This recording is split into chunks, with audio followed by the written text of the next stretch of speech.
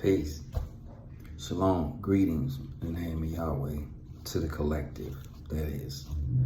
In the name of Yahweh, under the name and authority of Yahshua Messiah, and under the direction of the Holy Spirit, the Father, Son, and the Holy Spirit. This is going to be a real quick video. I have a couple of more. As you know, last night it was the apex, or what they call the zenith of the full moon. And there was a lot of energy work that was needing to be done. To those that know, yes, we were entering into another upgrade timeline as well. However, this video is going to be brief, but this video is to give those that oppose me verification that all the dark energy that was sent to me did not affect me. I didn't feel it. None of it came my way. So for those that meant anything evil towards me, I'm not moved by it.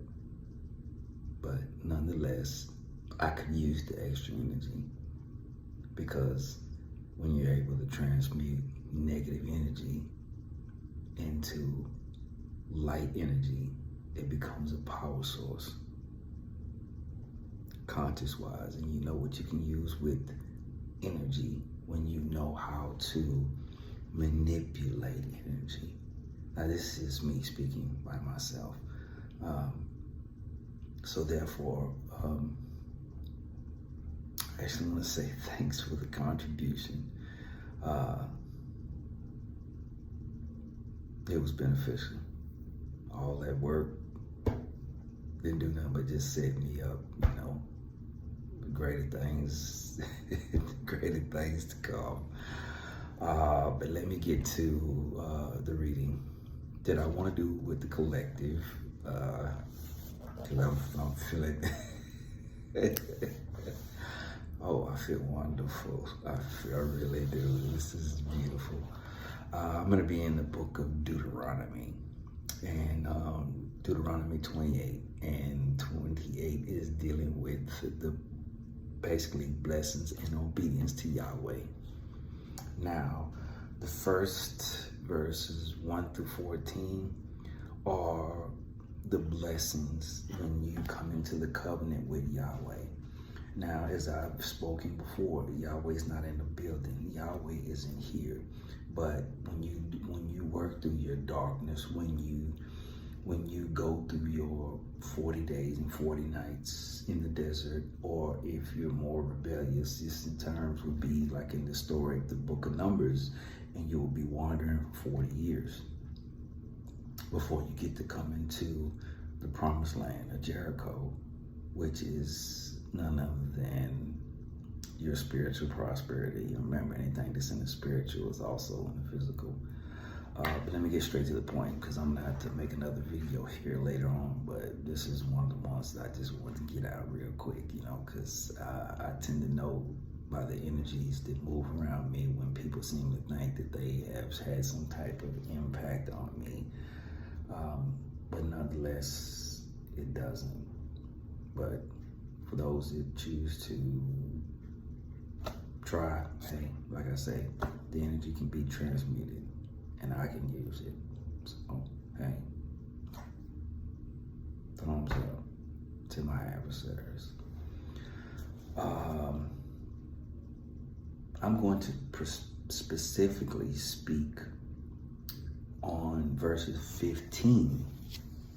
Okay.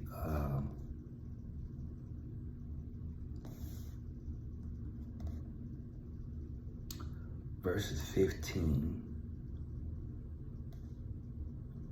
through 44.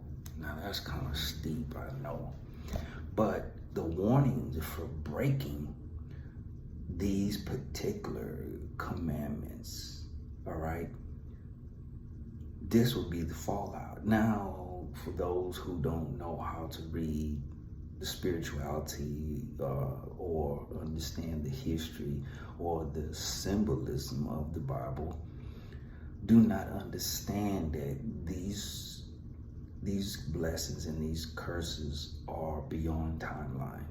So meaning that they don't have a cutoff point. They don't have well, they'll stop when we get to this book here or when this timeline history. That doesn't happen. And if you would just take the time to read the curses of what disobedience to Yahweh within he who lives within inside of this temple, all right?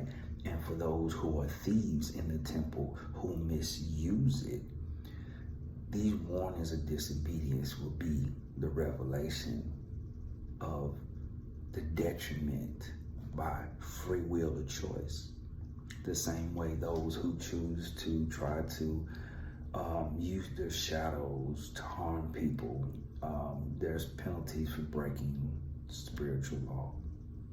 And some people think that they can scathe it, but even as you read these curses from 15 to 44, some of these people will be cursed with their children and their families for generations and generations. And these generational curses are real, because a lot of people that are in the collective are working and doing their shadow work to break away from these generational curses. And I will expound a little bit more on it a little bit later, but my heart was just jumping and my ancestors was just like, man, they need to see you. So my heart goes out to everyone. I love you. Those of the collective that follow my videos, understand, I know I may make spiritual warfare look easy, and pardon me, but I've been doing this so long.